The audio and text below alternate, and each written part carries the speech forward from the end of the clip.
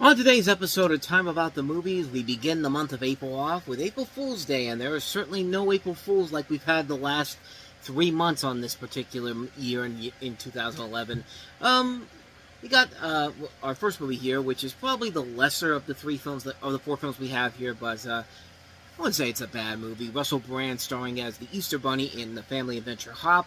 We have Jake Gyllenhaal starring alongside Michelle Monaghan and Vera Farmiga in Source Code. We have Patrick Wilson and Rose Byrne starring in the first film in the Insidious series. And James Gunn, 15 years before he took on the directing efforts of Superman, directed his first superhero movie with Super, with Dwight Schrute as the superhero in question, along with Juno, Liv Tyler, and Kevin Bacon. So let's take a look and see what we got here on this April 1st, 2011 here on Time About the Movies.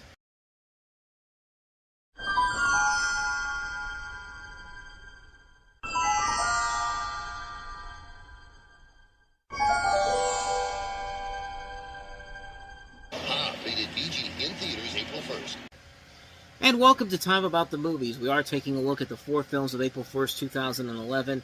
And our first movie that we have here is Hop, the first official film from Illumination Entertainment after Despicable Me put them on the map. And certainly does not feel like an Illumination Entertainment movie, which I'm willing to bet that Illumination probably had zero to do with this movie except for the opening logo. That's about it. Because honestly, when you look at this movie, you can't really tell it's them, but in the film, Hop stars the voices of Russell Brand as Edie the Easter Bunny, Hugh Laurie's son, who'd rather drum in a band than be like his father. You have James Marsden as Fred O'Hare, a human who is out of work and wishes to become the next Easter Bunny himself, and the voice of Hank Azaria as Carlos, who's an evil chick who plans to take over the Easter organization.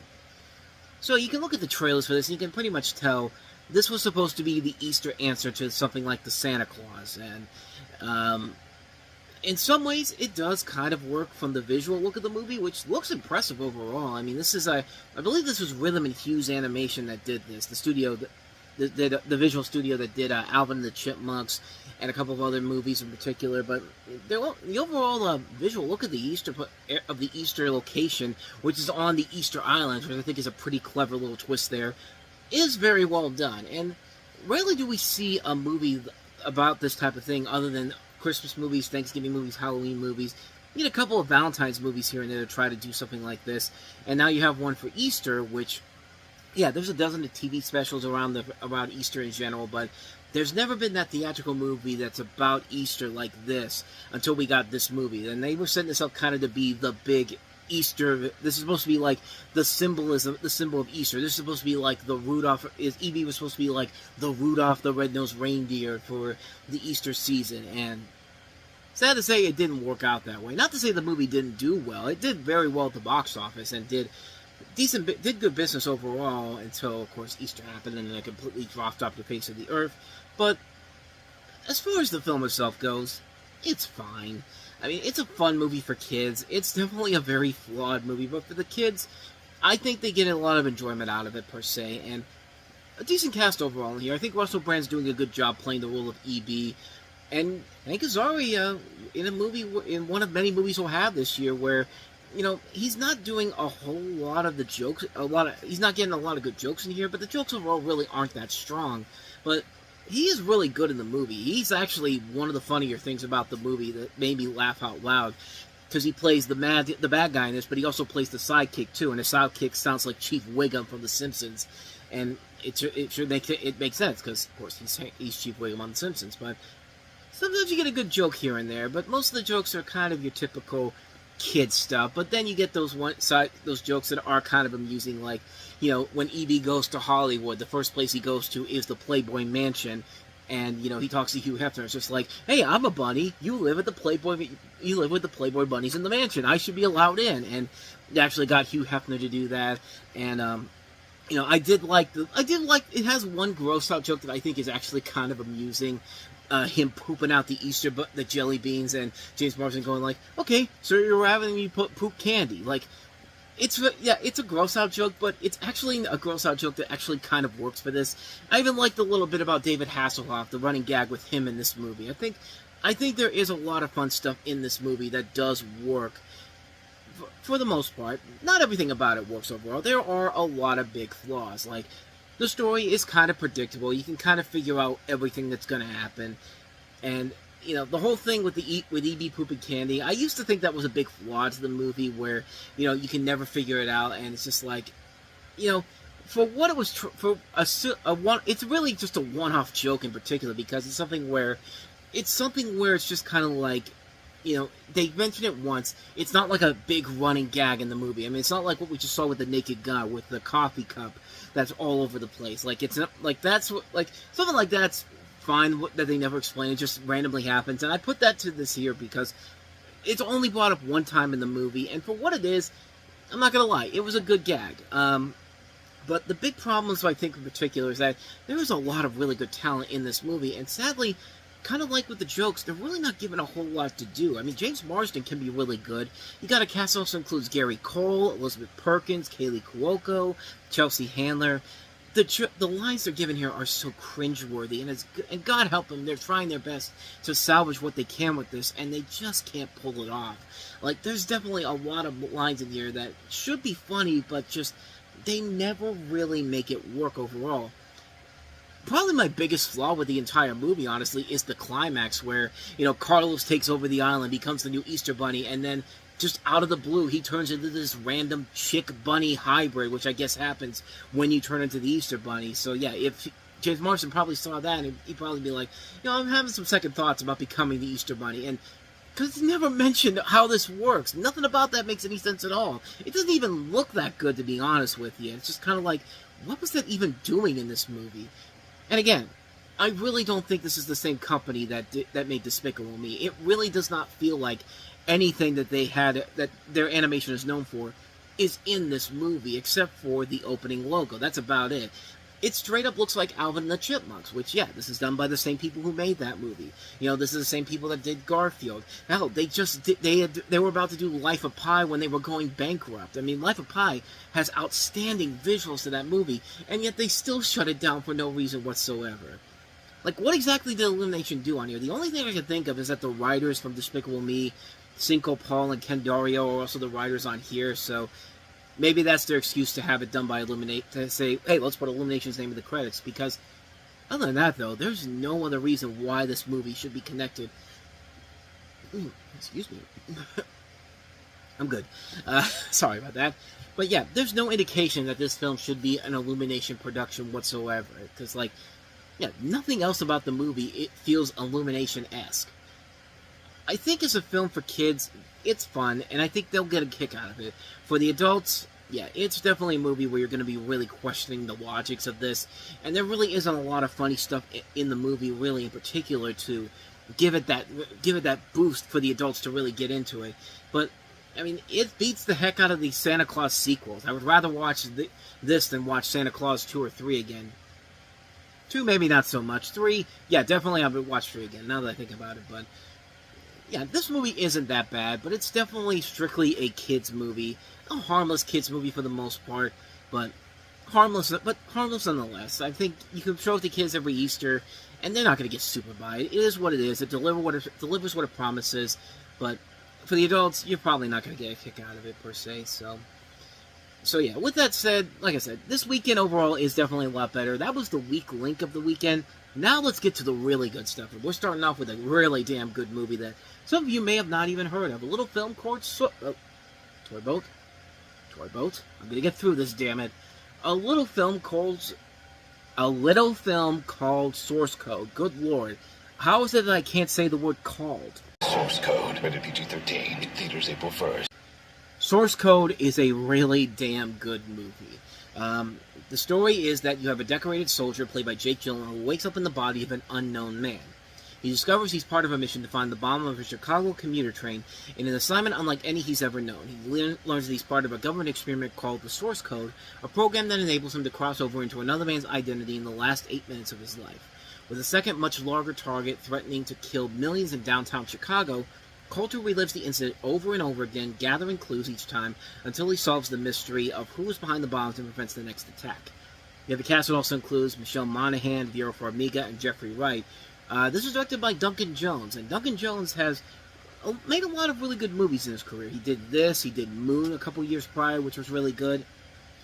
It's strange because this was the last really good movie he did, because his next film was Warcraft, which wasn't terrible, but this was back when most people still had trouble making a good video game adaptation, and there was a really good video game adaptation that came out that summer in the Angry Birds movie, and Warcraft was supposed to be the best new video game movie ever made, and some might say it was, but back then, really think about what kind of video game movies we were getting back then.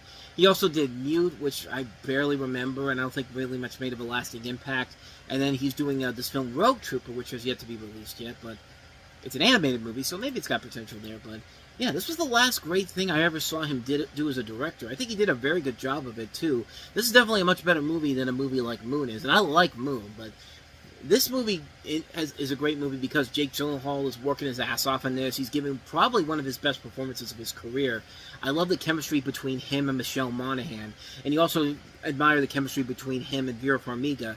The trailers overall do a very good job of kind of not telling you what the actual movie is. You have to see the movie to see the full story here, and they're not really showing you in the trailers everything that's going on in the actual movie, because the movie itself really is very well done in keeping you on the edge of your seat. The writing in this movie is top-notch.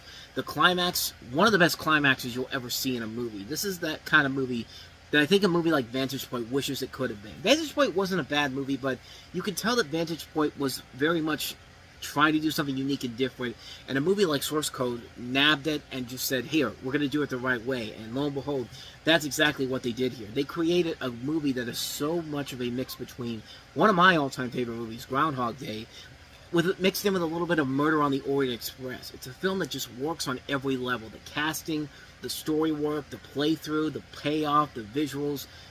Everything about this movie just works incredibly well. This is one of my favorite movies of 2011. In a year where we've had a lot of really bad movies. You know, we've had some good ones in the last month or so that have been really, really damn good. Rango, Limitless, now we got Source Code. Definitely one you should definitely check out. So with that said, let's go ahead and move on to our next movie, and that is the first film in the Insidious series, simply known as, well, Insidious. Insidious. Theaters April 1st. Finally, somebody is giving Darth Maul a reason to be scary in a movie. Yeah, that was always the big joke about the first Insidious movie, is that, well, Darth Maul is in here. I guess the Phantom Menace, or I guess he didn't really die in the Phantom Menace. He just came back as this mysterious creature, and yeah, this is, of course, the first installment of the Insidious series, directed by James Wan of the Saw franchise, and this is actually the third in the series chronological. How do you pronounce this word? Chronology. I'm having trouble with words this week. I can't say the word. I can't say the word called. I can't say the word chronologically. Chronology. It's not that kind of a day today, but anyway, to the movie. The story centers around a married couple played by Patrick Wilson and Rose Byrne, whose boy inexplicably enters a comatose state and becomes a vessel for a variety of demonic entities in an astral plane. You also have Barbara Hershey and also Lynn Shay in here, and this is written by Leigh Whannell, who also worked with James Wan on the Saw movies. And the movie overall was pretty damn good. I mean, the third act is kind of not a great movie, not a great climax overall, but it does end on a pretty damn good twist ending that kind of sets the tone for the future movies. But the first thirds of this movie are so damn good because they're not relying strictly on cheap jump scares. It's about atmosphere, it's about character development, sneaking around, you know, the sense of dread all over the place.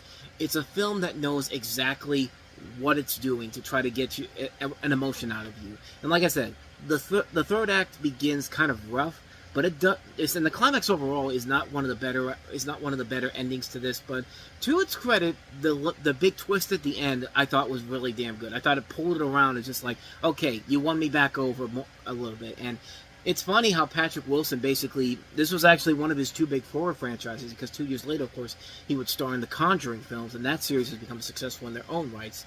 Done by the same people, too. The guys that made Insidious also did the Conjuring movies. People forget that, But yeah, this movie overall is really good. It's a very tension-filled movie, a very scary film for the most part. The scenes are so gothic and so, like, that sense of dread all over the place. It's just so well done, and it just really nails everything that it needs to do to get those reactions out of you, and everybody plays their parts very well here. The movie does not pull those strings for those first two-thirds. Doesn't in the third act, but of course it ends on that nice payoff at the end with the twist at the very end. But yeah, overall, pretty damn good movie. Really, really damn good film. One of the better horror movies I've seen, honestly. And of course, this series would continue to grow, and it would get better from there, especially with the second movie. So yeah, can't recommend this one enough. Insidious. So with all that said, let's go ahead and move on to our last movie that we have here, and that is Super. Super. Opens in theaters and on video on demand this April. Long before James Gunn became known for his works with the Suicide Squad, Guardians of the Galaxy, and more recently Superman, this was his first superhero movie.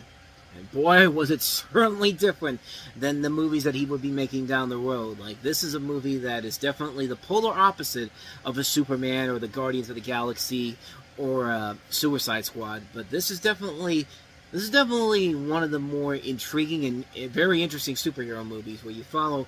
It's the story of Rainn Wilson, who is an ordinary man who becomes a masked superhero called the Crimson Bolt, using savage violence to compensate for his lack of superhuman abilities, and sets out to rescue his wife, played by Liv Tyler, from a drug dealer played by Kevin Bacon. He also pairs up with a teenager played by Ellen Page, and also Nathan Fillion is in the movie because, of course, Nathan Fillion is going to be in here. So is Michael Rooker, so is Greg Henry, so is Linda Cardellini, so is Sean Gunn. So basically, pretty much everyone that James Gunn has worked with in the past is pretty much in this movie, with the exception of Jenna Fisher, his wife at the time.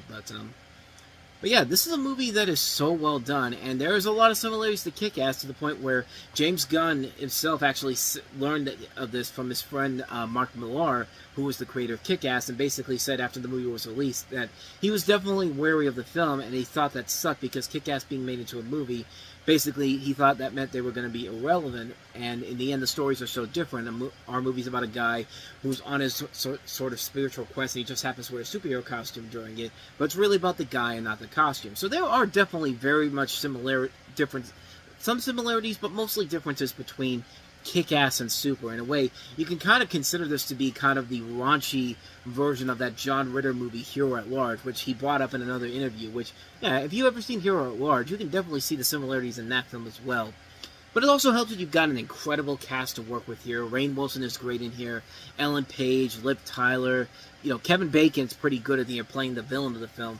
And the movie shows no mercy when it comes to its violence levels. I mean, this is a movie that it doesn't get the proper respects because Kick-Ass came not too long after this, but no matter how you look at it, it is still a very impressively put together movie, and shows what James Gunn's potential as a director would be going forward with this, because I think not too long after this, that's when his career really began to take off with the Guardians of the Galaxy movies, the Suicide Squad, and Superman. Of course, very much different movies than this film was, in terms of the tone and how those movies in particular I mentioned call for more hope in the world, while this one is just like, yeah, we're going to be as bleak as fuck, and it works to the film's advantage, and it plays it very well to a T, and it's a movie that not a lot of people really talk about, but it's a film that's definitely worth seeing.